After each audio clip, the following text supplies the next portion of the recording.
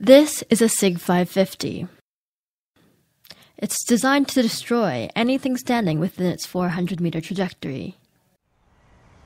And there are over 500,000 of them kept in Swiss homes. Guns and shooting are a strong Swiss tradition.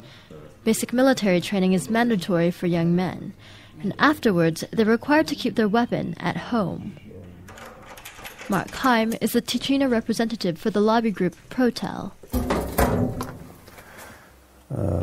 Basically, this was my father's military rifle, and of course he got to keep it when he was finished.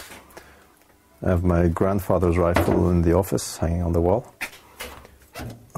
This was mine when I did service, which is quite an old one. It was introduced in 1957. It was used until 1990. And this is my son's. That's the current model. That's what's being used today. That's what we'll be using to shoot the Feldschießen today.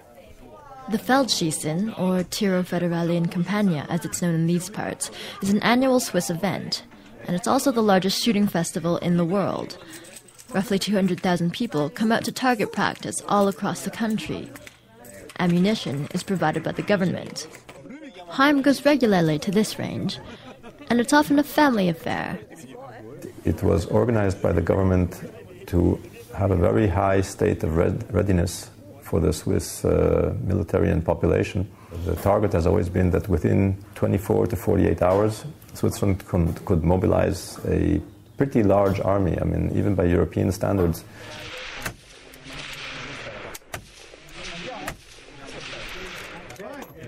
But it wasn't the militia that sparked Heim's interest in guns as a young man. It was an unassuming trip to a Holocaust museum. I was going through all the exhibits and the soap and the lampshades made of people's skin. And while I was looking, I heard a funny noise, and there was an old woman maybe 2 meters from me, and she was trying not to cry. She was sort of sobbing very quietly. She was holding it back. If she had been a few meters further away, I wouldn't have heard her. And she obviously had gone through that. That's when the whole impact of it hit me.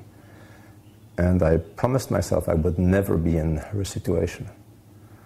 I would want to be free, never in a situation where somebody could, march us off to ovens or prisons or just take away our freedom. The key to freedom is the ability to be able to defend yourself. And if you don't have the tools to do that, then you are at the mercy of whoever wants to put you away. And the tools for that are guns.